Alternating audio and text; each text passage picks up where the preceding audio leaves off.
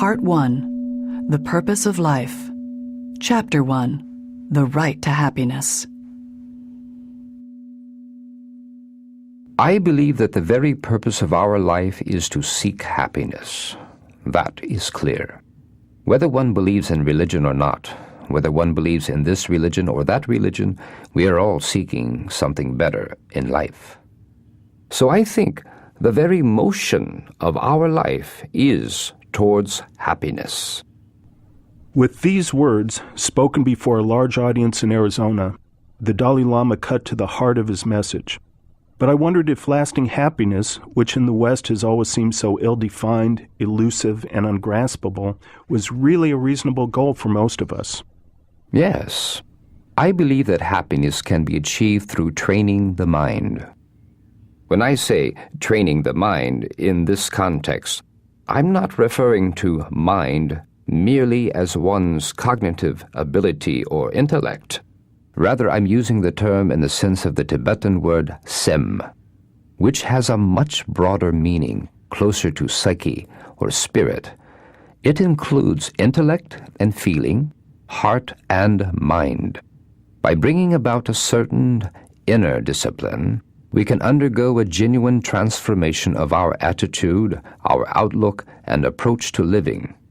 Now, when we speak of inner discipline, it can, of course, involve many things, many methods, but generally speaking, one begins by identifying the factors which lead to happiness and those factors which lead to suffering.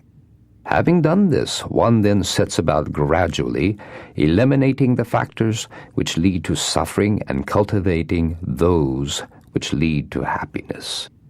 That is the way. The purpose of our existence is to seek happiness.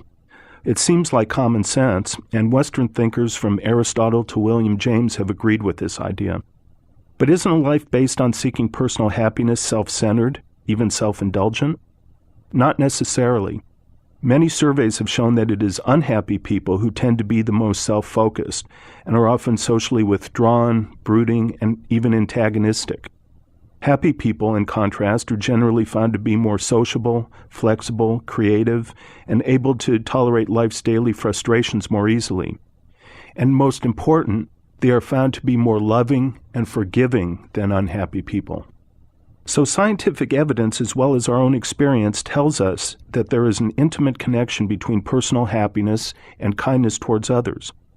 Our personal happiness needn't come at another's expense, as if somehow there were a finite quantity of happiness in the world.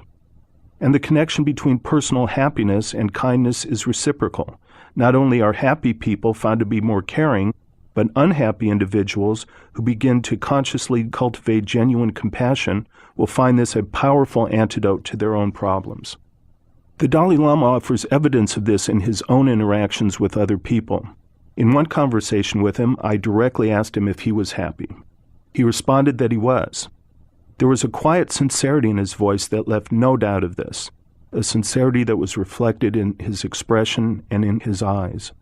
And throughout his week in Arizona, I often witnessed how his personal happiness manifested as a simple willingness to reach out to others, to create a feeling of affinity and goodwill, even in the briefest of encounters.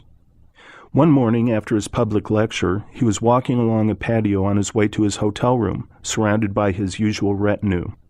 He noticed one of the housekeeping staff standing by the elevators and paused to ask where she was from.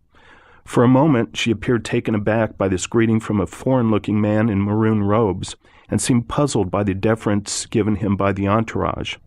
Then she smiled and answered shyly, "Mexico." He paused to chat with her for a few moments and then walked on, leaving her with a look of excitement and pleasure. The next morning at the same time, she appeared at the same spot with another of the housekeeping staff. The two of them greeted the Dalai Lama warmly as he got on the elevator, and he responded in turn. Every day after that, they were joined by a few more of the staff at the designated time and place, until by the end of the week there were dozens of maids in their crisp gray and white uniforms, forming a receiving line that stretched along the length of the path to the elevators. So we begin then with the basic premise that not only is the purpose of our life to seek happiness, but in fact we can find it. It is a vision of happiness as a real objective, one that we can take positive steps towards achieving. And as we begin to identify the factors that lead to a happier life, we will learn how the search for happiness offers benefits not only for the individual, but for one's family and society at large as well.